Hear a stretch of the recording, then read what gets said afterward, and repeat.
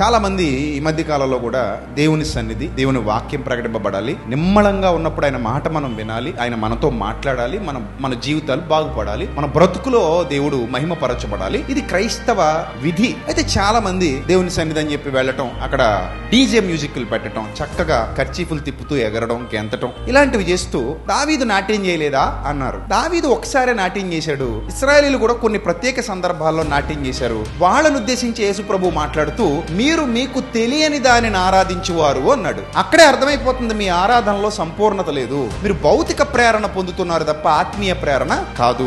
అది దేవుడు కోరుతున్న ఆరాధన కాదు. యేసు ప్రభు గాని అపోస్తలు గాని కర్చీఫులు తిప్పుతూ ఎగిరినట్టుగా ఆ లోక సంబంధమైన విధి విధానాలు ఎక్కడ మనకు బైబిల్లో కనబడవు. అందుకే ఆమెతో అన్నారు, అమ్మ మీరు మీకు తెలియని ఆరాధన చేస్తున్నారు, నా మాట నమ్ము అన్నారు. మరి తెలిసిన ఆరాధన ఎలా ఉండాలో చెప్తున్నారు చూడండి. యథార్థముగా ఆరాధించువారు ఆత్మతోనూ సత్యముతోనూ తండ్రిని ఆరాధించు కాలము వచ్చుచున్నది. Underline that word. తండ్రిని ఆరాధించు కాలం వస్తుంది, ఇప్పుడును వచ్చే ఉంది. అంటే ఇంతకు ముందు ఉందనా లేదనా?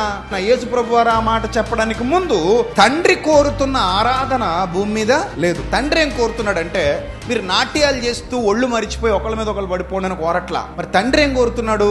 ఆత్మతో సత్యముతో నన్ను ఆరాధించండి అని కోరుతున్నాడు. ఇంతకీ ఆత్మతో సత్యముతో ఆరాధించాలంటే మెయిన్ గా కావాల్సింది ఏంటో తెలుసా? చేతులు కాదు, కాళ్ళు కాదు, కళ్ళు కాదు, ఏమీ కాదు.